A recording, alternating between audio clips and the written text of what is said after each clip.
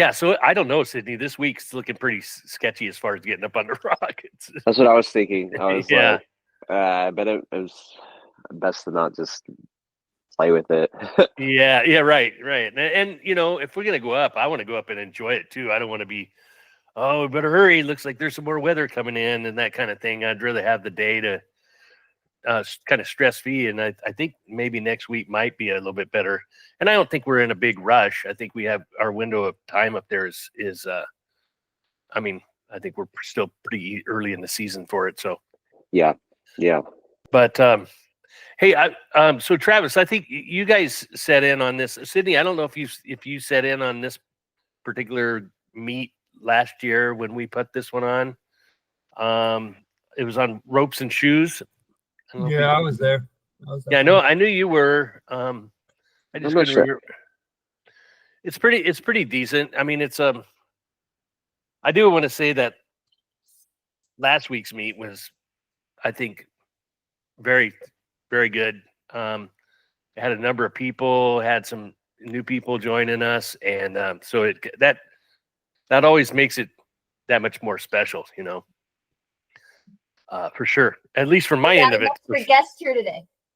What's that? We have a guest here today. There you go, a guest speaker. All right. Nice. I love it. Anytime we can invite somebody special into the group, it's awesome. Sydney's got his representation going there. That's awesome. Yeah. Sydney, you and I were the other day at work while you were talking to Marianne about it, but I jumped in as per usual because I'm a jumper inner. But we were talking about rubber and soles of shoes and resoling shoes and everything like that. I thought it was a great conversation. What we're talking about. Yeah, Dave, I don't know if you heard, but you know the Stealth C4 rubber? I don't know too much particulars about it. Well, all I know is from what this guy at the resole place told me in Bishop, but he had his little slips and he has all the different kind of rubbers that you can get, and he had the Stealth C4 blacked out, and he started going on about it, saying oh yeah, we don't have it anymore. Who's saying that was the best rubber around for ever. It was a 510s compound, and that's usually what he would recommend for people to resole their shoes with, because it's just by far the best. But I guess Adidas bought it back in the early 2010s, and they discontinued it recently, probably this past year or so. They put it on their trail running shoes, and then they discontinued it. And then the guy was really bummed out about it. Yeah. Well, yeah, that's stuff like that happens. And that's kind of it's funny that you say Bishop, because I remember back and I always refer back to the old Robbins days, right? But there was a great resoler out of Bishop back then, and we used to send all of our boots, climbing shoes, mountaineering boots, hiking shoes, everything that could be resoled, whether it's cross-country ski boots, the solo type boots and stuff, over to them. They were really good. I think they changed hands a couple times, and I think they may have adjusted. Now I believe there's an outfit out of Tahoe that also does resoling, climbing resoling, and things like that. And which is something I think I think a lot of climbers don't even consider that option once their shoes start getting down there. If you think about it, unless your uppers are shot, from crack climbing or something like that, toes are gone, man, you got your shoes that are all broke in and everything, and obviously they fit. Why wouldn't you just go put some retreads on those things and keep them going? And plus save you a little bit of money. It's not as expensive as a new pair of shoes, but they're going to fit you. So I think that's a lot of those shoes can be resold, and even the Rand's done. I've had a number of pairs, resold over the years. In fact, I've got mine aren't really wore out, but they're starting to delam a little bit, and could probably just have a new sole the adhesive on it. Just because, kind of like everybody else, I hang on to my stuff until it's really proven to me that, hey, I need to get rid of it. So yeah, the old guy with the old stuff. So but Nothing wrong with that. yeah.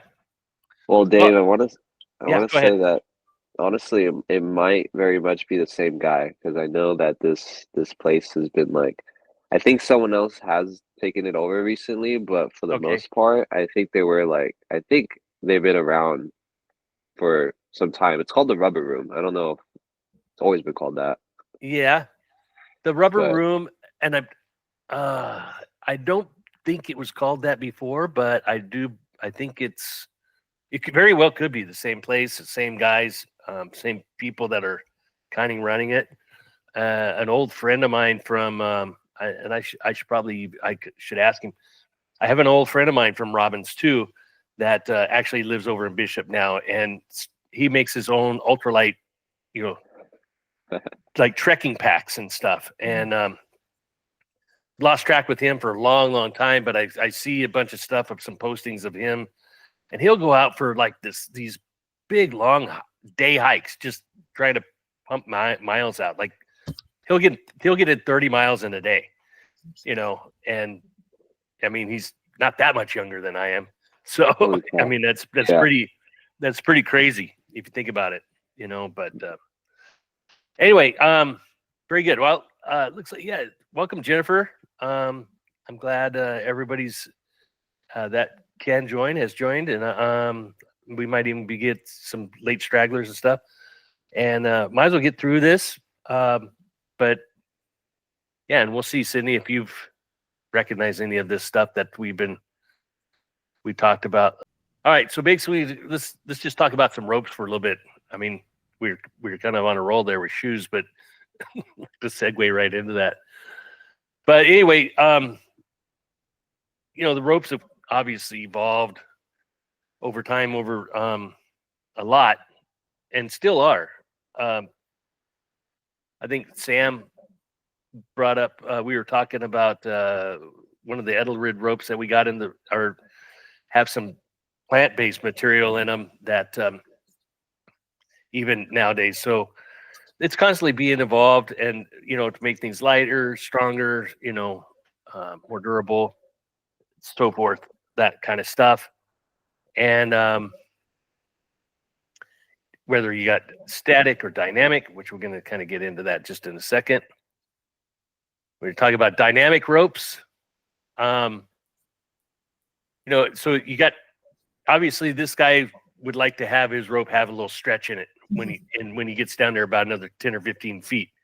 So greater stretch allows dynamic ropes to absorb the energy of a sudden load, such as from a fall, more slowly, and reduce the peak force and softening the impact. Kernmantle ropes, most common type of dynamic rope. So basically what you're going to be looking for in any sort of lead climb, lead spot, things like that. And then static ropes minimize that stretch, for hauling, jugging, those kinds of things. So static rope is a rope that is not designed to stretch when placed under load, best suited for ascending, rappelling, hauling. Lead climbing should only be done with dynamic ropes, unless you kind of like that kind of stuff. the jarring of all your organs and everything else when you do fall. And so, hey, Sydney, while I'm thinking about that, so how many ropes do you have? Just so when we do finally get up there, while I'm thinking about this. I think I have one 40-meter gym rope that's like somewhat used but still in good condition, and then I think I have another 40-meter gym rope that's brand new. Yeah, and then I have a 70-meter. Is it 70? Yeah, I have a 70-meter that I've just used once, I believe, to try it out, but Okay. that's all I have. Okay. Those three. Yeah, because I've just got I just got a new rope. Like I said, I think I've only used mine once since I got it. So that'll be good. At least we'll have something that we could, set up a rappel for a pitch or something like that too. Cool. Yeah, I think, and I think for like if the outing, some of the shorter single pitch low routes, especially on like cap rocks and stuff, probably a 40 meter would probably be just fine. I want to say. I would think so. Yeah, I would think so for that for sure. All right. So when you're talking about rope sizing and ratings and stuff, you get all kinds of labels on the end of these things that they talk about the length, and we were just talking about that 40 millimeter or 40 meter versus 60 or 70 or even longer. Then they talk about the diameter, which they're kind of getting smaller. I remember when my first two ropes that I ever bought were 11 mil, and I'm like, no, I don't want to go any smaller than 11 mil. That's it. I mean, you can handle it really well, but nowadays, you'd almost be laughed at if you had 11 millimeter rope out there, and plus going through a gree and stuff like that, it's be horrible to try to get through that. So it's just the evolution of this. Now they used to also do a double rope system where you'd climb on double eights and things like that. I wish Patty was here because she was heavy into the double eights at one point, but I think that's kind of evolved away as well. But I don't see as many double rope setups as you used to. So it's kind of different situations here. You got just a single climber in the first picture, single rope. You have a double rope system going like with the second climber, where you're basically just using two ropes as one. And then the twin is more like the third guy, and that's kind of what I was used to, or the half ropes, where just to eliminate rope drag, go up that way.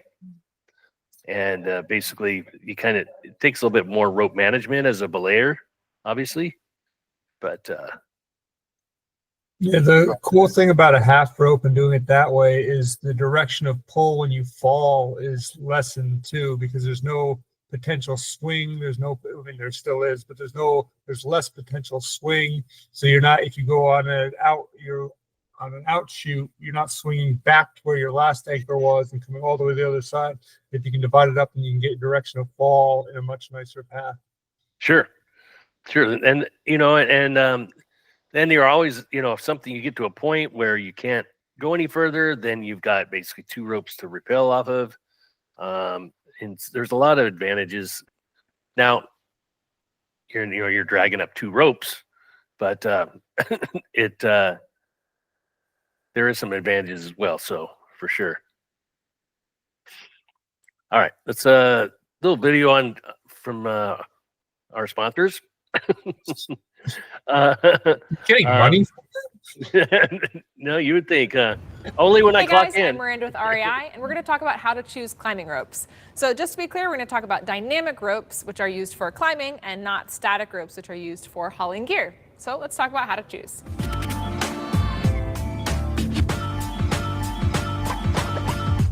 So the most common types of ropes that you'll come across are single ropes like these guys here. These are the most widely used and probably the type of rope that you'll be looking for if you're cragging, sport climbing, even multi-pitch or top roping. These are designed to just be used by clipping a single strand of rope into the gear as you go, or again, setting up a top rope. And you can note single ropes by looking for a circled 1 on the end cap of the rope. If you're not looking for a single rope and your needs are a little bit more specific, you might be looking for a half rope or a twin rope.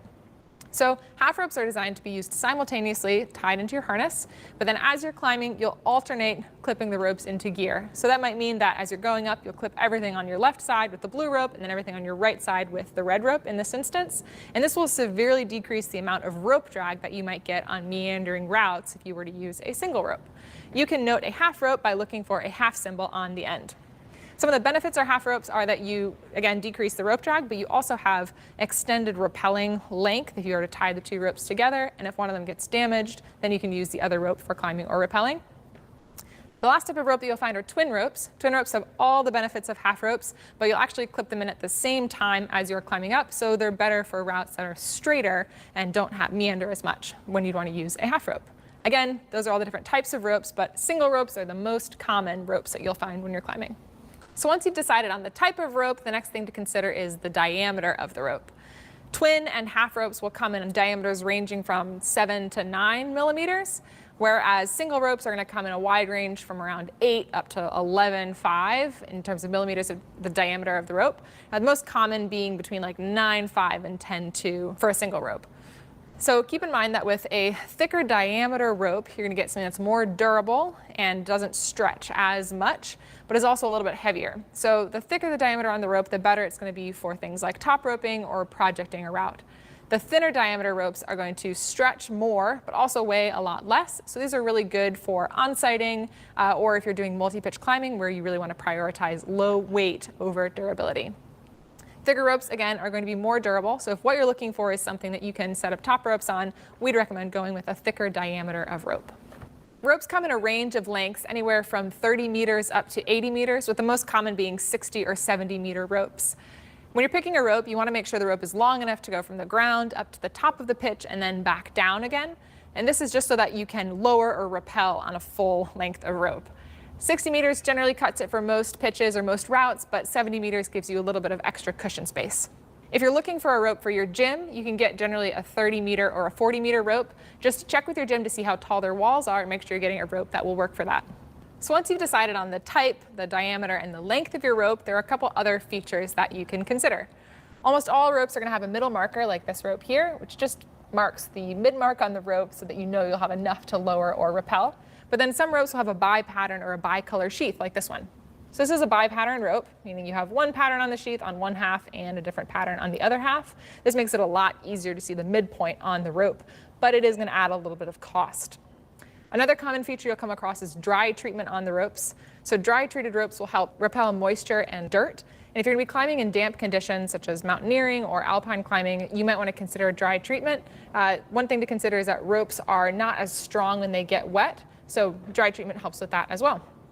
These are just two common features. There are a whole variety to choose from, but they're always going to add a little bit of cost.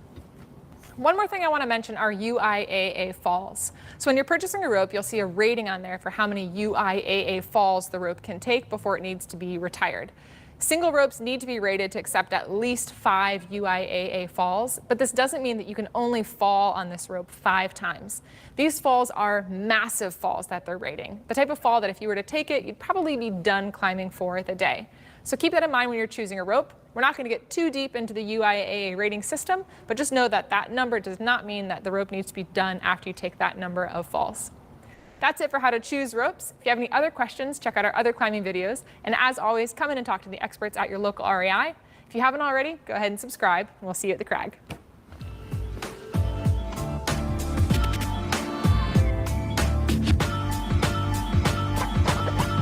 Pretty good stuff. A lot of information there for just a few moments of video.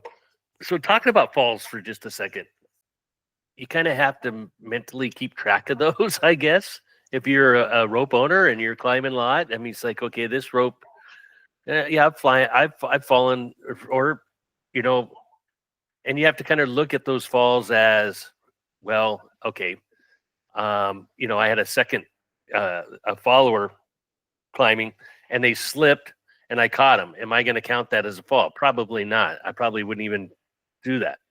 But if you're a lead climber and you're out pushing it hard and taking a lot of lead falls, then it's going to be something that you really want to kind of keep track of, and your rope just kind of taking on so much of it, right? What are your thoughts on that? Anybody on the falling or and counting falls? Yeah, just the UIAA does really, like, they're doing full length falls or half rope length falls to demonstrate it, and they're doing it with lots and lots of weight. and Yeah. they're rating it with kilonewtons, which is the matter of force and how much force you're putting on that rope. But the amount, like, it's very hard to recreate a UIAA ball, which is the premise. Like, you can, if it says 5 is the minimum or the maximum, whatever, to get a 5, to get one of the 5 falls, you need to take like 30 lead falls to represent one. You know what I mean? Like, you take big whippers, and they have to be full whippers to generate the kilonewtons that you would get to that fall. So it's much stronger than what you would think it would be. The second to that is, I just had a whole other thought. My brain just went. Like, people that climb on top rope, you're not generating any force. Like, the amount of force you're putting on that is 0. Like, it's just loading a rope and not putting any strain on it. You're barely generating like 1 kilonewton on the process. So it definitely is a huge number. Yeah, I know. I agree, Travis. It's, in fact, to be honest with you, any rope that I've sort of retired has been retired mostly on age. I'm just like, it's time. This thing is, it's just, I've had it long enough, and I've climbed with it enough, and I've, it's been through enough, and if I start counting the falls on it, it's like, well, I really don't have that many falls on this. So yeah, it's exactly. I think that's a good point too. I know for industry standards, if you are working a ropes course, or you're working a climbing gym, or you're working anywhere that has an industry standard, ropes have 7-year shelf lives. They can be used for 7 years, and then they have to be retired. There are some that say 10, but in reality, you're not supposed to do it that long, because everything from sun degradation, everything else breaks down the fabric. It literally will get weaker and weaker every time you put it in the sun. So just know that sun is probably your biggest enemy of a rope. Yeah. And, and then any impurities that, standing on your rope while you're belaying and things like that, you get some impurities, dust and dirt gets up underneath there. And then you're going through all your different belaying and climbing devices, and that stuff gets in there and starts working, and we'll start breaking down a lot of the inner fabrics, which that's going to be, so trying to keep it clean. Try not to, be harder on it than it needs to be. It's already going to go through enough just being out there on the rock and going through, carabiners and ATCs and Grigris and everything else that you want to, and, even knots that are, getting really set and those kinds of things. So, yeah, it's it'll all add up to that, and that time and more time out on the rock is, now if you buy a rope and you go, 4 or 5 times every 10 years and it sits in the closet most of the time, you're probably going to be okay for a while. Anyway, yeah, we were talking about the 510 and some of the rubber, different rubbers. There's a lot of and again, way back in the day when EBs and some of the original climbing shoes were coming out, and then EBs for a long time were kind of the thing. They were almost like, they're almost more of a boot style. The lower cut shoes like this really weren't around. They were coming up a little bit higher, like a 3/4 height or something like that. Combination leather and canvas. And then there's this big phenom that happened right about the early 80s with Firay rubber. They came out with this rubber that was softer than the EB rubber and was super sticky. I mean, it was really and everybody, it was the rave for a number of years. They wore out pretty quick, but man, they were sticky. And then everybody's kind of come out with their own version of rubber since then. And so you're talking about different types, Now, if you look at the uppers on these and you look at the styles, they're all going to be a Velcro kind of lacing, and so the tops are pretty much all the same, but it's going to be actually the contour of it and how they're going to be designed for whether neutral, moderate, or aggressive.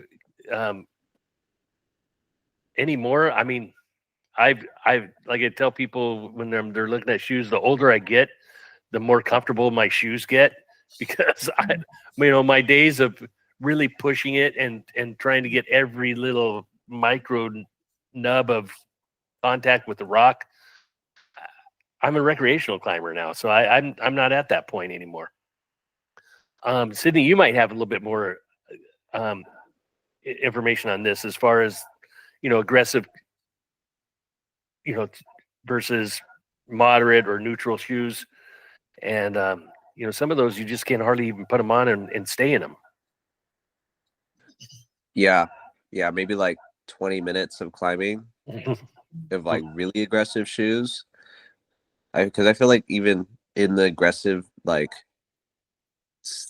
section of shoes, they like have like way less aggressive but still aggressive, and like super aggressive shoes where it's made for like pure performance. You're trying like some really, really hard boulder problem that's like really steep, or something you really need to hook your toe on, or you need really small holds.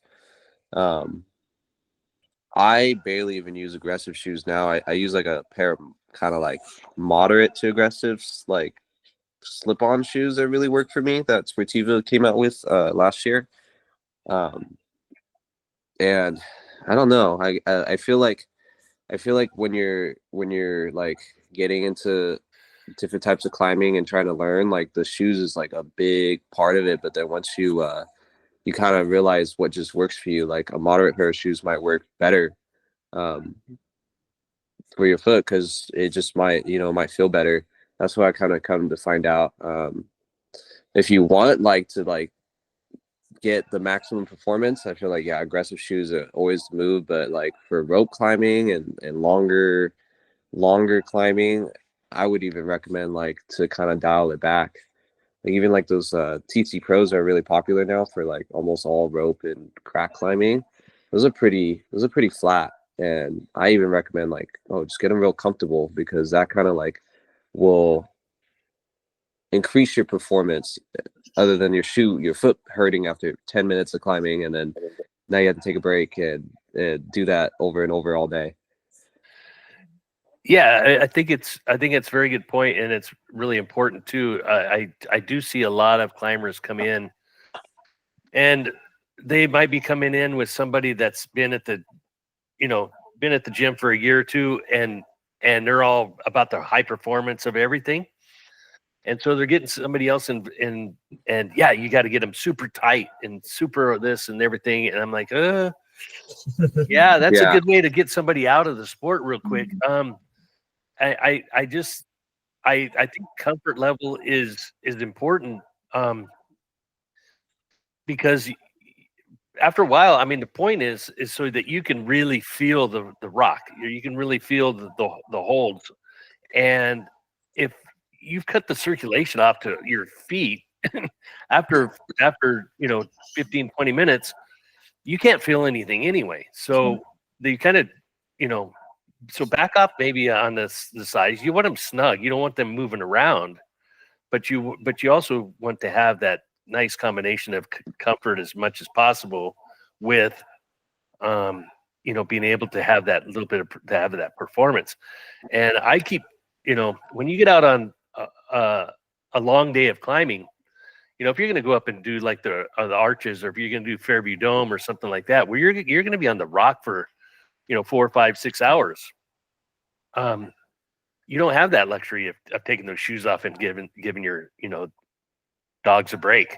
They, you're there. So even the neutral, there isn't really any climbing shoes are out there that are going to be like your skateboarding shoes, or a pair of Vans or something that's, super comfortable. You can wear them all day. And so even something that's really nice and comfortable, being up on the rock, standing on small holes, belaying for, if you got to, belay for 40 minutes in one spot. You got to have to kind of take that all into consideration. And so maybe in a gym, where you're going to spend maybe 10 or 15 minutes on a one climb, if it's a tough one. And then you're going to be able to take your shoes off in between stuff. Great. You can go super aggressive, maybe super small, super tight, whatever you want to do. But if you want to get out and do some bouldering, probably don't want to have to be walking around in your socks all afternoon too, in between, stuff on the. So yeah, it's a lot to take consideration in, or keep in mind. We talk about foot closures, whether laces versus Velcro. Everybody kind of will develop their own. Now, obviously, Velcro's quick in and out, that sort of thing. I've always kind of gone with laces, but that's just me. And Can I say something about laces? yeah, Yeah. Sorry, I missed the first half of the thing. I got busy, but laces I much prefer because you can lace them in a hockey shoe style lace, and you can really custom tighten and loosen wherever your foot wants. I completely. Is this Michael? I'm sorry, I don't Yeah. have my screen. Yep. Yes. Michael, I was going to say the exact same thing, and that's why I've always kind of gone with laces. If I want a little bit, maybe snugger around my toe, or maybe I want my toe loosened up a bit, you have that option. I mean, you could do that with Velcro, but I don't know. I just feel like you have a little bit more control over that with the lace. And that hockey lace is important. Yeah, Really, yeah. it cinches down. Each individual bar is tight mhm. or loose. And you always see those crazy climbing videos and stuff like that where a guy falls and he has to take his lace out and use it for a press-it. So there you go. So, right?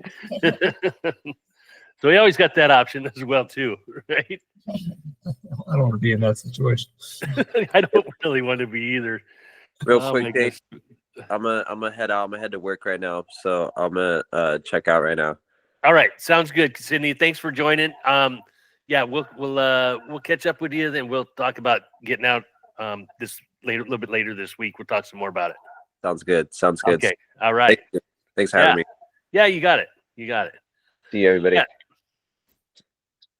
All right. Yeah. So we were just talking about shoe fit, extremely important. Generally, the higher performance, the shoes, the tighter. There's such a give and take. I don't know if you're like me, Michael, but I've noticed the older I get, the more comfortable my shoes get. So, but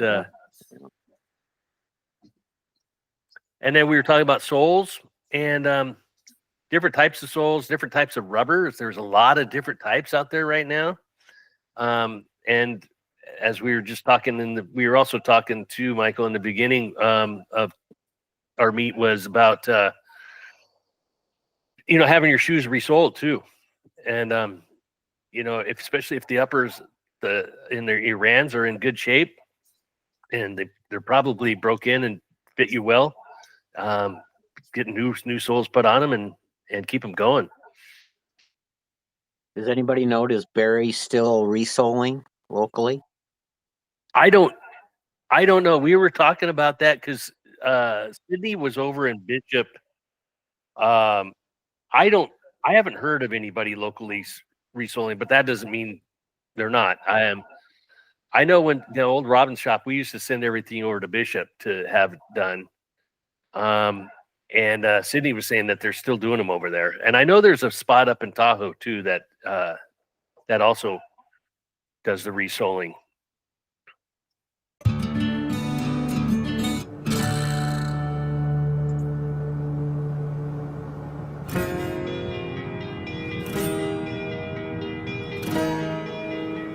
Beginner climbers will quickly learn that our feet play a more important role in the climbing experience than our hands, and our climbing shoes are what give us the ability to connect with the rock.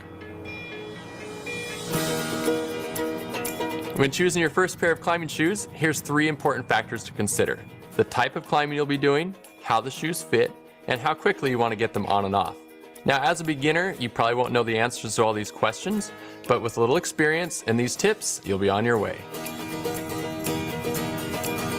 For your first pair, I recommend a comfortable all-around climbing shoe. This kind of shoe lets you keep them on for longer periods of time so your feet are more comfortable and less fatigued.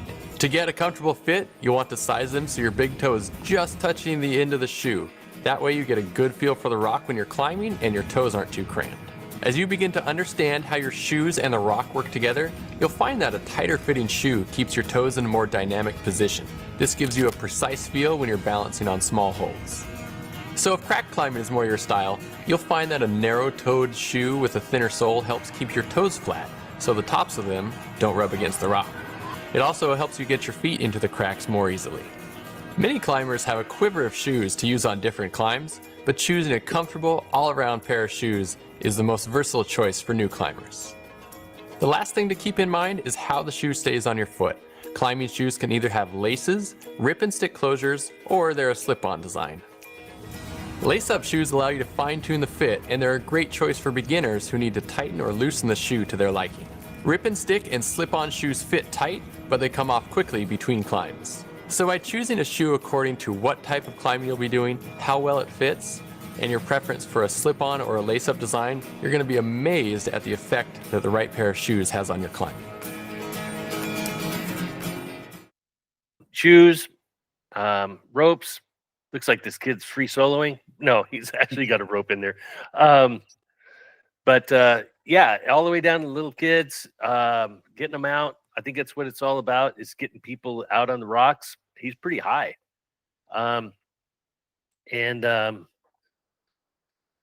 Yeah, so I just wanted to kind of touch on a few of those things. And, next week we're going to talk about knots. So, let's see. Let me get back in there. Can I missed the first half, my fault. Yeah. So I missed No worries. whole No worries. I missed the whole section on ropes. Can I spend just 30 seconds on ropes? Tell us. I would love it, Michael. I started 50 years ago with a mountaineer alpinist, and he taught me a double rope technique. Back then it was 2 9mm, and I've never gone back to single rope. And right now it's 2 8mm ropes. The only disadvantage is extra cost. Yeah. Here in Yosemite, where things are so long and you're commonly rappelling, well, there goes the extra cost or extra weight. But safety and rope drag, protection placement, all of those things, double rope. I'll go on forever, and I'll leave it at that. Well, Michael, it's funny that you say that, because I remember you guys were the first people, you and Patty, and were all about the double ropes back in the Robbins days and stuff like that. And I didn't know how, and I'm glad you said something about it, because you don't see them as much. Very little. These days. So I didn't know if it was really still, or if that kind of shifted out, or kind of where that still was. I don't know, because I can physically climb a harder grade using double rope. Really? Simple as that. There's less rope drag, because the pieces are only, the rope's only going through every other piece approximately.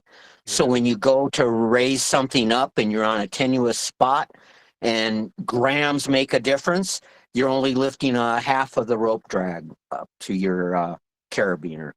A lot of things that's a good point. And Really when you're lifting it up above your head to clip in, and you make a mistake and you slip, your other one's still short and tied in close. There,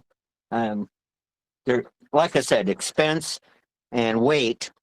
And then if you're climbing in Yosemite where the ropes are long, then there goes those two disadvantages. Everything else, it's the way. Something, yeah, that's a really good point. That's a really good point. I'm glad you mentioned that too, Michael. I have very little experience on double ropes, but I'd be open to it. definitely open to it. Huh? We're, Well, we're very great. fortunate in that we're fortunate here where the rock does not tend to cut ropes a lot. So that advantage of the double rope isn't as nice, but it does. Only one rope can get cut and the other one holds. Yeah, that's true. That's true. Good point. Good Hey, point. Michael, I have a question because I did double rope in New Hampshire for a little bit, and Yeah. it's very intriguing. I like to learn the skill. I never actually really embarked upon the journey. But what's the point of a half rope? Why would I want two ropes going through the same anchors? Meaning a mid route protection and both ropes on the same anchor. I would rarely do that. Yeah, but that is a technique. I just thought you might know about it a little bit.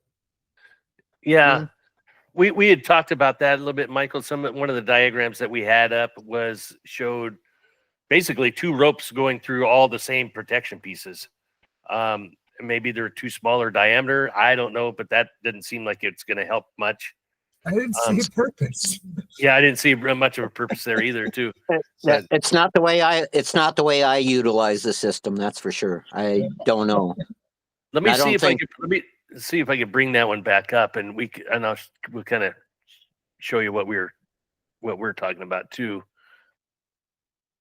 Well, yeah, I see. But the guy in the middle and the right are both using double rope, but the guy in the middle is just going through every single piece. Yeah, That seems like a lot of work to pull Yeah. rope through a piece every time. Yeah, that would be- I would say. I'd say that middle guy's a dumb climber. Yeah. That's what Yeah. I thought.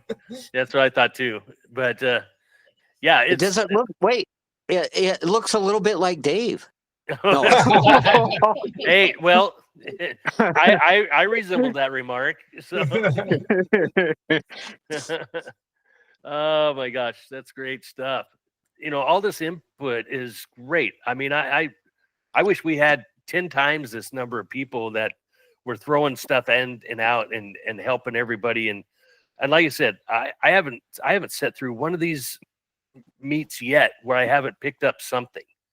Yeah. And what you were just talking about the double ropes and stuff, that's great stuff. Because I Travis, you've had some experience. I've had very little, and that's what it's all about is sharing that a little bit and just kind of open up the concepts and looking at the pros and cons on everything. So I know it's fantastic. I appreciate it, and I think for all of us. Now, the one thing I will say is that even though there's only 4 of us or 5 of us, at these meets, I do send the recordings out to probably another 5 or 6 people that just can't make it. And so, and a lot of them are people that have little or no climbing experience. So, it's getting out there, even though we don't see them. We are kind of adding to that knowledge base and people that are not only helping, a lot of times there are customers that are helping at REI, but there's some of these people are not REI employees, and it's just helping with their knowledge too. So, and that's kind of what we're trying to do, and that's what it's all about. And that's why, Michael, whenever you can join us, man, you're more than welcome. And I love the input, and thank you so much. So, but that's one go more ahead. thing I can Yeah. add a local weather report. We woke up to snow here at 3,000 feet. Really? Awesome. Yep. Okay. Travis, you're about that, right? We're 3,000 feet, but we on our backside of our property we have snow, like on the actual national forest line. Okay. Yeah. Just off of 180, Michael. He's up there, just heading into the Kings Canyon. So that's good. That's good. We got a little, and I'm actually down here in the valley, and it was raining when I got on, and now I see nothing but blue sky. So you guys, looks like you're probably going to get a break here in another couple hours. So thank you for the update on the weather. as well. That's all good stuff. So, yeah, as I mentioned, we're going to talk about knots next week, and which those have kind of evolved or not evolved. I don't know. I mean, somebody's not. Yeah, everybody has their own theories on a lot of these. There's been a lot of testing done on a lot of these, and but we're going to talk a little bit more about that. And anybody else got any more input? No, but before next week's not thing, if anybody goes online, YouTube, and I think they're called How Not To. Yeah. And it's how NOT and the numeral 2. And I think that'll get you there. Very nice testing site. Okay. I'm gonna note that. How not to. Okay. Thank you, Michael. I might incorporate some of that. So, all right, everyone. That's all I've got. I want to thank everybody for joining, inputting, participating, and have a great week. Enjoy the rest of the weekend, and we'll catch you next week. Take care, guys. All right. Sounds good. Michael, tell Patty hi Thank for us. you. Miss you Will guys. do. I went into the kitchen. She was still in her bathrobe. She had to hide. Oh, it's all good. Hey, and bye for now. Oh. yeah. So yeah, I chatted with Janice. She got the meat from last week's meeting. She was going to Arizona and listened to it on her drive. Okay. And said, "Hey, Dave, we got to get together and get up to see them." And I said, "Yeah, let's do that." So we might be heading up your way just to duck in and say hi one of these days. Sounds fun. Okay. Take care. Take care, everyone. Bye bye. Thank you. Bye. Bye.